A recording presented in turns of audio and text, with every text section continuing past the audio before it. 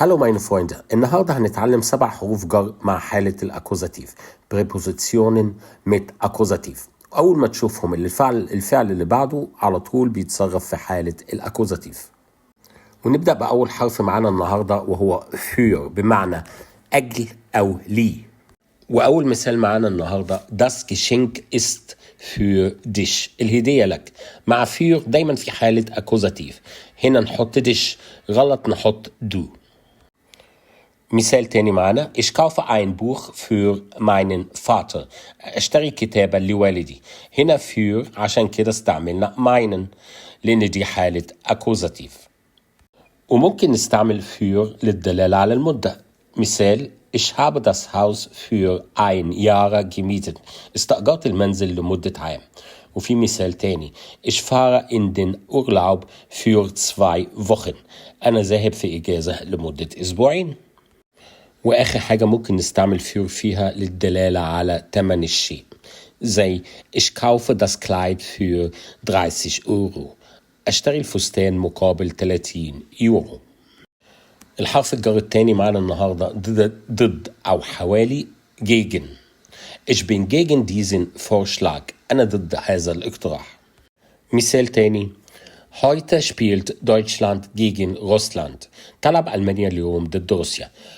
وممكن gegen تستخدم في الساعة بمعنى أنها تيجي بمعنى حوالي الساعة كام أو تقريبا الساعة كام. زي المثال ده sie kommt gegen 8 Uhr، هي تأتي حوالي الساعة 8 صباحا. وجيجن ممكن تيجي بمعنى تصادم أو انصدام، زي مثلا seine Auto ist gegen mein Auto gefahren، اتصدمت سيارته بسيارتي. أو زي المثال ده ist gegen den Baum gefahren، يعني اتصدم بالشجرة. حرف الجر الثالث معنا النهاردة هو بس، إلى أو حتى. في حرف الجر بس ده ما بنستخدمش أي أداة تعريف معاه. تعالوا نشوف في الأمثلة أوضح لكم فيها أكتر. ومثال تاني معانا ich bleibe bis Samstag bei dir، سأبقى عندك حتى السبت. وممكن نستعمل بس مع الأرقام. تعالوا نشوف المثال ich zähle bis 3، أنا أعد إلى 3. في عبارات إحنا بنستعمل فيها بس، زي bis bald يعني نراكم قريبا، أو bis morgen نراكم صباحا. وزي bis nächsten Samstag نراكم السبت القادم، bis nächste Woche نراك الأسبوع القادم. وآخر حاجة bis nächste Jahre نراكم العام المقبل. والحرف الجر الرابع معانا النهاردة ohne يعني بدون، زي ich trinke meinen Tee ohne Zucker، أشرب الشاي بدون سكر. وممكن نقول ich hätte gerne einen Tee ohne Zucker، أريد الشاي بدون سكر.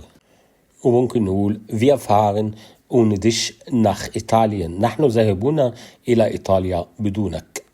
ومثال تاني kommst du ohne deinen Mann، هل تأتينا بدون زوجك؟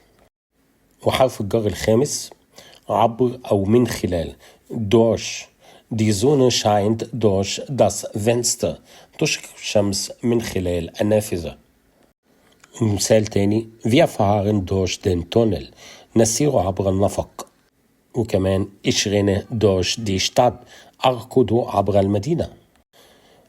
hat den Job durch seinen Onkel bekommen، حصل على الوظيفة من خلال عمه.